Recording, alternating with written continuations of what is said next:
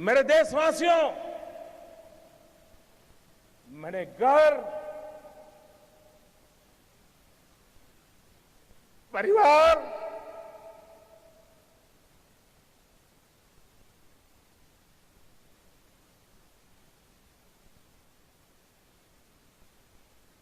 सब कुछ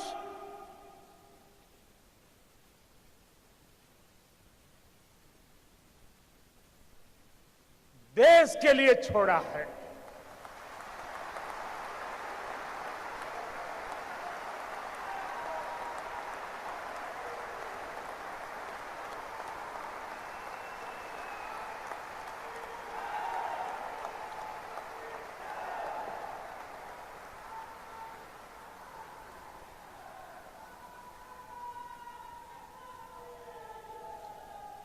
हमने दूसरी तरफ ये भी जोर लगाया,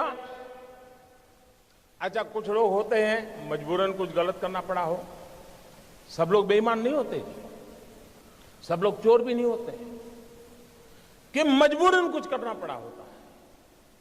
वे अगर उनको मौका मिले तो सही रास्ते पर आने को तैयार होते हैं, और ये संख्या बहुत बड़ी होती है। हमने लोगों के सामने स्कीम रखी कि अगर आपके पास ऐसे बेईमानी के पैसे पड़े हैं, गलत पैसे पड़े हैं, तो आप इस कानून के तहत जमा करा दीजिए, इतना दंड भर दीजिए। उसमें भी मैंने कोई माफी नहीं दी। लेकिन व्यापारी लोग चीजों को समझने में बड़े होशियार होते हैं। उनको समझ में आ गया कि ये मोदी है, कुछ गड़बड़ करेगा। आपको जानकर करके खुशी होगी, आजादी के 70 साल में ऐसी योजनाएं कई बार आई। पहली बार 67,000 करोड़ रुपीज लोगों ने आकर के दंड समेत जमा कर दिए साहब। और 2 साल में टोटल सर्वे के द्वारा, रेड के द्वारा, डिक्लेरेशन के द्वारा 1.25 लाख करोड़ रुपया जो कहीं हिसाब में नहीं था, वो सरकारी खजाने में जमा हुआ है भाइयों। 1.25 लाख करोड़ का हिसाब आया है। ये 2 साल में किए हुए काम का मैं हिसाब आज गोवा की धरती से पूरे देश को दे रहा हूं मेरे भाई।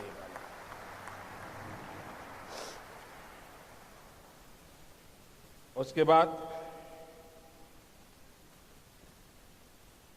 हमें मालूम था मुझे क्या करना है। हमने जनधन अकाउंट खोले। जब मैं ये स्कीम लेके आया था तो मेरी कैसी मजाक हुई थी, पार्लियामेंट में भाषण कैसे हुआ था आपको याद होगा। मुझे पता नहीं क्या क्या कहा जाता था।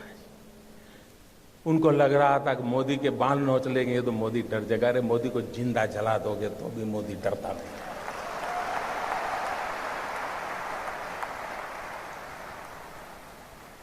उसके बाद हमने प्रारंभ में आकर के एक काम लिया, प्रधानमंत्री जनधन योजना के द्वारा गरीब से गरीब का बैंक अकाउंट खोलना। उस समय लोगों को समझ नहीं आया कि मोदी बैंक अकाउंट खोला कौन रहा है। अब लोगों को समझ आएगा कि इस बैंक अकाउंट का क्या फायदा होने वाला है। करीब करीब 20 करोड़ से ज्यादा गरीब लोगों के बैंक अकाउंट खोले। और हिंदुस्तान में अमीर लोगों के जेब में, बटवे में भांति भांति बैंक को क्रेडिट और डेबिट कार्ड होते हैं। गरीब तो बेचारा सोच ही नहीं सकता था ऐसा भी कोई कार्ड होता है, कार्ड से मिल जाता है कुछ, पता नहीं था उसको। भाइयों बहनों, प्रधानमंत्री जनधन योजना के लिए बैंक के खाते खोले, ऐसा नहीं। इस देश के 20 करोड़ लोगों को हमने रुपए कार्ड दिया है, डेबिट कार्ड दिया है, और यह आज से 1 साल पहले किया हुआ है।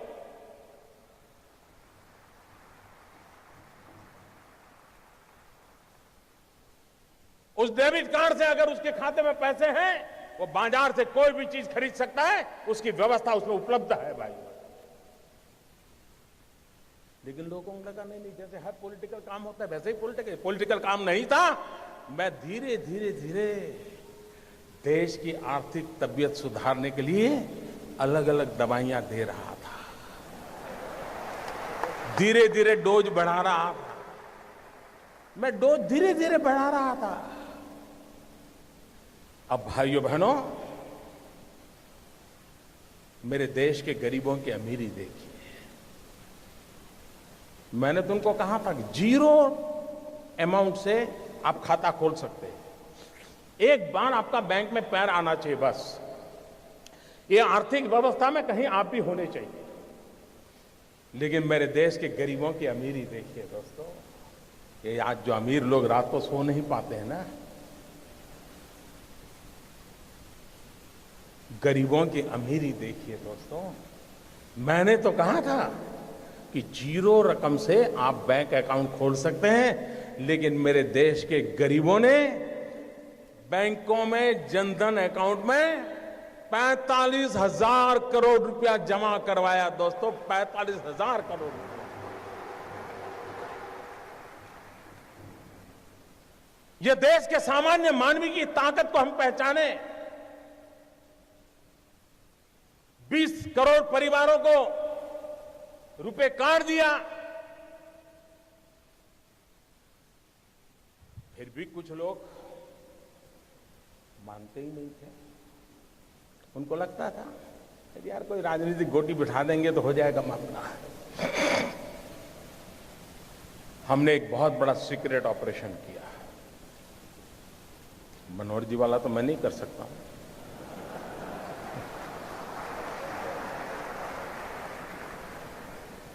दस महीने से काम पे लगा रहा। एक छोटी विश्वस्त टोली बनाई, क्योंकि इतनी नई नोटें छापना, नोटें पहुंचाना बड़ा कठिन, चीजें छिपाना बड़ा सीक्रेट रखना, वरना ये लोग ऐसे होते साहब, पता चल जाए तो साहब अपना कर लेंगे।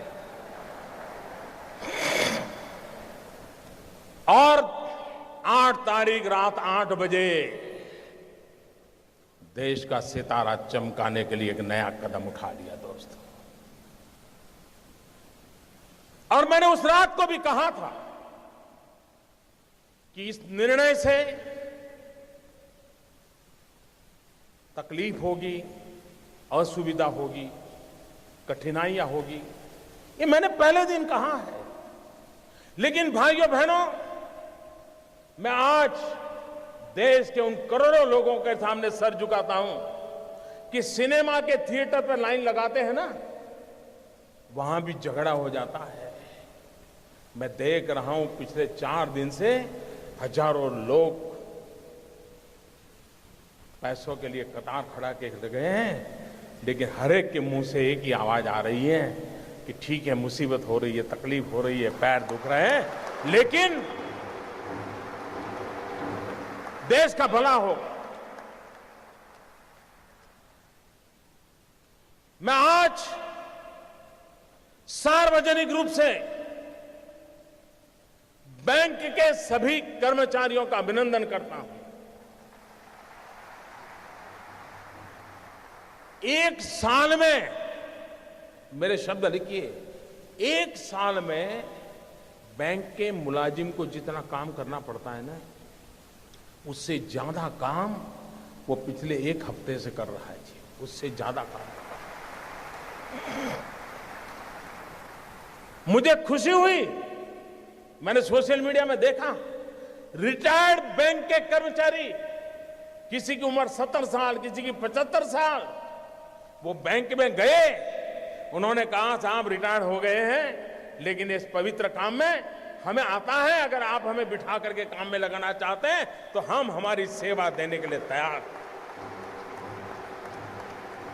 मैं उन रिटायर्ड बैंक के कर्मचारियों का भी आज अभिनंदन करना चाहता हूं, जिन्होंने अपनी सेवाएं देने के लिए अपनी पुरानी ब्रांच में जाकर के मदद करने के लिए गुहार लगाई है।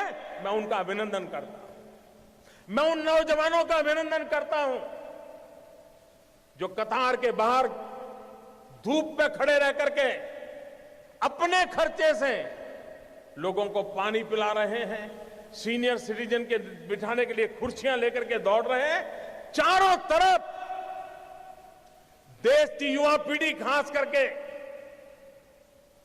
इस समय इस काम को सफल करने के लिए काम में लगी है। इस काम की सफलता का कारण 8 तारीख के 8 बजे मोदी का निर्णय नहीं है, इस काम की सफलता का कारण 125 करोड़ देशवासी, जिसमें कुछ लाख छोड़ दो, ये जी जान से लगे हैं, इसलिए ये योजना सफल होना सुनिश्चित है। भाइयों बहनों, मैं दूसरी बात बताना चाहता, मुझे बताइए, हमारे देश में मतदाता सूची, वोटर्स लिस्ट, सभी पॉलिटिकल पार्टियां मतदाता सूची बनाने में काम करती है नहीं करती है? सरकार की सभी लोग काम करते हैं कि नहीं करते हैं? सारे टीचर्स करते हैं कि नहीं करते हैं?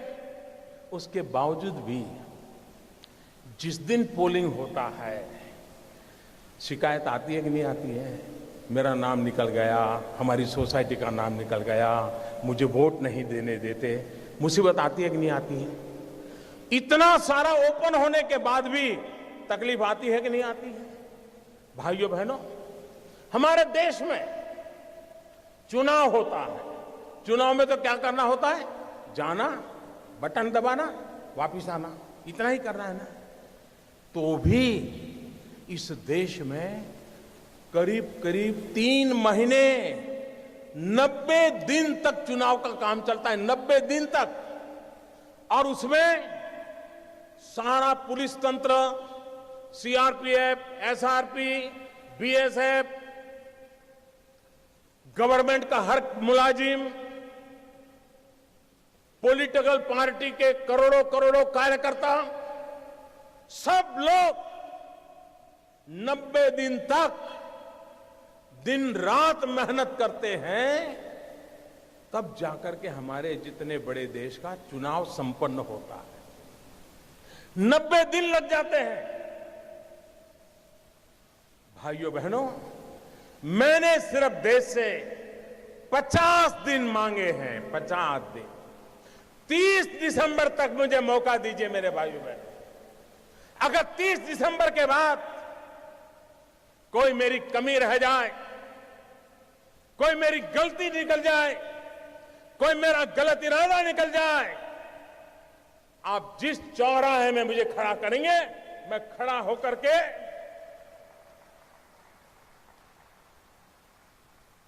देश जो सजा करेगा वो सजा भुगतने के लिए तैयार हूं।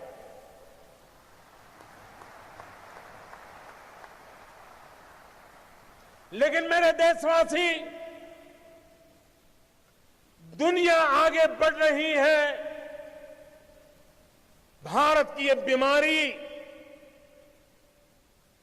देश को तबाह कर रही है। 800 मिलियन, 65%, 35 से कम उम्र वाले नौजवान, उनका भविष्य दांव पर लगा है। इसलिए मेरे भाइयों बहनों, जिनको राजनीति करनी है करें, जिनका लूट चुका है वो रोते रहे, गंदे आरोप लगाते रहे, लेकिन मेरे ईमानदार देशवासियों, आइए मेरे साथ चलिए। सिर्फ 50 दिन, 30 दिसंबर के बाद मैं आपने जैसा हिंदुस्तान चाहा है वो देने का वादा करता हूं मेरे दोस्त।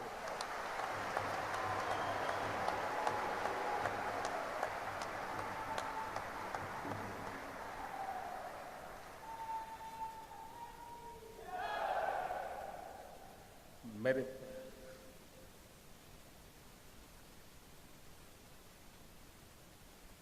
किसी को तकलीफ होती है, पीड़ा मुझे भी होती है। ये मुद्दा मेरे अहंकार का नहीं है।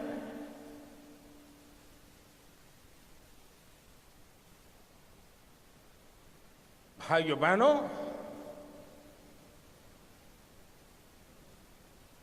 मैंने बुराइयों को निकट से देखा है।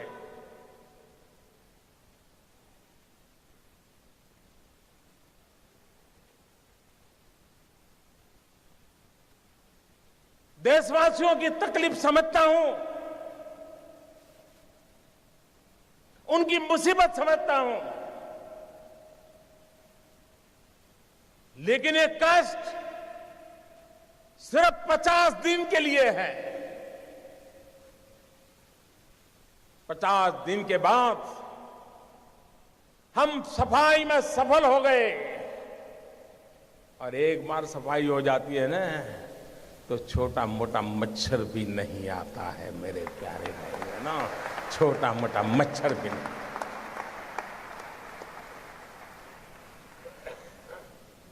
मुझे विश्वास है मैंने लड़ाई ईमानदार लोगों के भरोसे शुरू की है, और ईमानदार लोगों की ताकत पर मुझे पूरा विश्वास है, पूरा यकीन है, पूरा भरोसा है।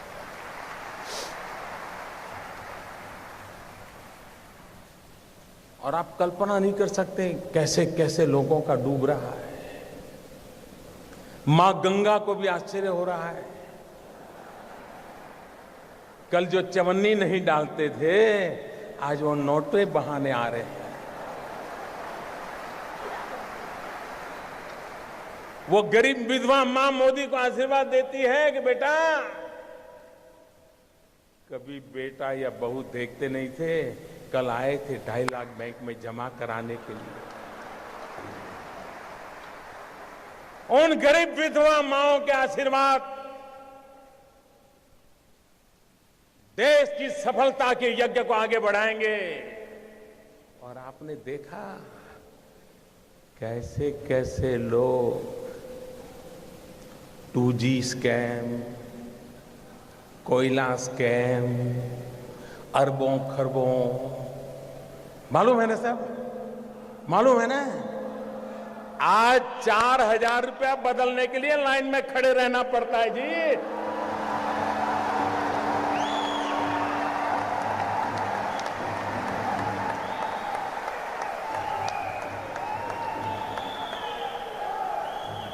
अरे 125 करोड़ देशवासियों का प्यार न होता, विश्वास न होता, सरकारें तो आती और चली जाती। मेरे भाइयों बहनों, ये देश अजरा अमर है, ये देश का भविष्य उज्जवल है। इस उज्जवल भविष्य के लिए कष्ट झेलना, कुछ मैं कभी कभी हैरान हूं। अभी कल मुझे एक पत्रकार बंधु से बात हुई, मैंने, आप तो मुझे दिन रात कहते हो मोदी जी बस युद्ध हो जाए, युद्ध हो जाए। मैंने कहा फिर तकलीफ होगी तो क्या करोगे? बिजलियां बंद हो जाएगी, चीजें आना बंद हो जाएगी, रेलवे कैंसिल हो जाएगी, रेलवे में फौज के लोग जाएंगे, आप नहीं जा पाएंगे, तब क्या करोगे? अच्छा, बोले ऐसा होता है। कहना बड़ा सरल होता है भाई, उपदेश देना बड़ा सरल होता है। जब निर्णय करते हैं तब उसके साथ चलना सामान्य मानवी की कोई तकलीफ नहीं होती है। मैं देशवासियों को एक और कहना चाहता हूं, इन दिनों बहुत लोगों की इस भ्रष्टाचार या काले धन के मुद्दे पर बोलने की हिम्मत नहीं है, क्योंकि जो भी बोला है पकड़ा जाता है। यार तुझ कुछ दान में काला है। हर कोई हंसते हुए चेहरे बोल रहा है, नहीं नहीं मोदी जी ने अच्छा किया, अच्छा किया।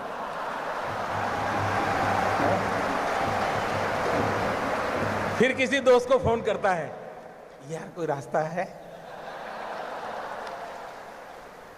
फिर वो कहता है, यार मोदी जी है, सारे रास्ते बंद कर दिए। इसलिए अफवाहें फैलाते हैं। एक दिन अफवाह फैलाई थी, नमक महंगा हो गया। अब बताइए भाई, 500 की नोट और 1000 की नोट, कोई है जो 1000 की नोट लेके नमक लेने जाता है? ये इसलिए किया जाता है कि उनको मालूम है कि उनका लूट रहा है। 70 साल से जमा किया हुआ महंगे से महंगे ताले लगाए थे। कोई पस्ती लेने वाला नहीं है, पस्ती लेने वाला नहीं है। भिखारी भी मना करता है, ये साहब 1000 का नोट नहीं चाहिए।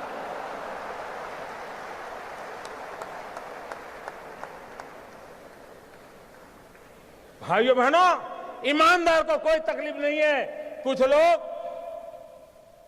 अपनी नोट कहते हैं, मुझे सच मालूम नहीं, लेकिन चर्चा चल रही है, कहते 450 में बेच रहा है, कोई 500 के नोट कोई 300 में दे रहा है। मैं देशवासियों को कहता हूं, आपका 500 रुपये में से एक नया पैसा कम करने की ताकत किसी की नहीं है। आपका 500 रुपया मतलब 499 एंड 100 पैसा पक्का।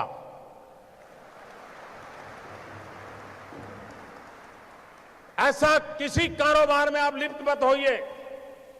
कुछ बेईमान लोग अपने लोगों को कह देते जाओ लाइन में खड़े हो जाओ, 2-2 हजार का करवा लो यार, मेरा थोड़ा बहुत बच जाएगा।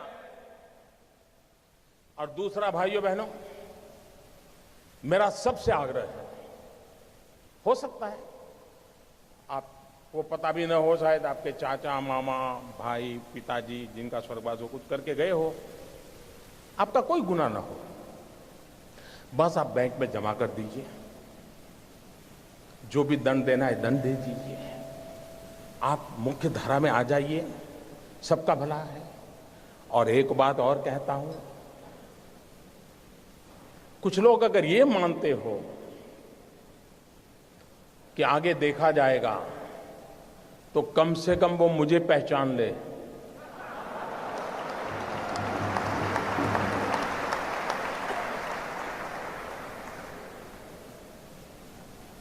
देश आजाद हुआ तब से अब तक का आपका कच्चा चिट्ठा मैं खोल दूंगा।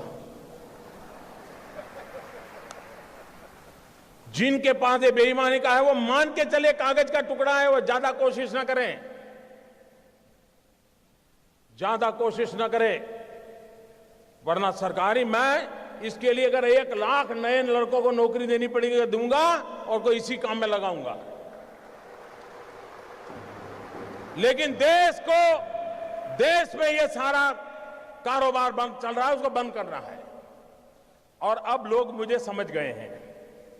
इतने दिन उनको समझ नहीं आया, लेकिन जरा ये डोज ज्यादा आया तो समझ आया। लेकिन ये एंड नहीं है, ये पूर्ण विराम नहीं है। मैं आज खुल करके कहता हूं, ये पूर्ण विराम नहीं है। देश में भ्रष्टाचार, बेईमानी बंद करने के लिए मेरे दिमाग में और भी कई प्रोजेक्ट चल रहे हैं।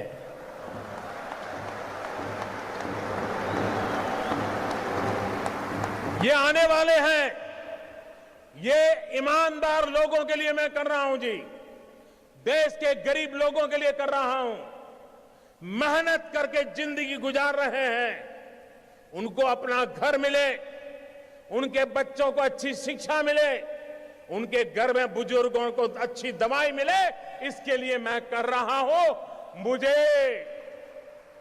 मुझे गोवा वासियों के आशीर्वाद चाहिए। आप खड़े होकर के ताली बजा करके मुझे आशीर्वाद दे।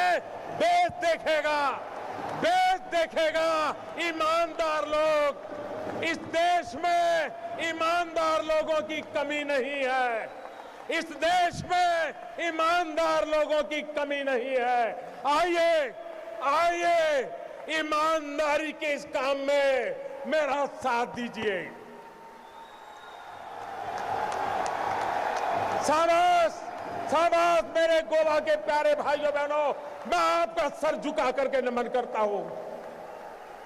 ये सिर्फ गोवा नहीं, ये हिंदुस्तान के हर ईमानदार की आवाज है। हिंदुस्तान के हर ईमानदार की आवाज है। भाइयों बहनों, मैं जानता हूं मैंने कैसी ताकतों से लड़ाई मोल ली है। मैं जानता हूं कैसे लोग मेरे खिलाफ हो जाएंगे। मैं जानता हूं 70 साल का उनका मैं लूट रहा हूं। मुझे जिंदा नहीं छोड़ेंगे, मुझे बर्बाद करके रहेंगे। उनको जो करना है करे। 50 साल भाइयों बहनों, 50 दिन मेरी मदद करे। देश 50 दिन मेरी मदद करे। जोर से तालियों के साथ मेरी इस बात को स्वीकार कीजिए आप। बहुत बहुत धन्यवाद।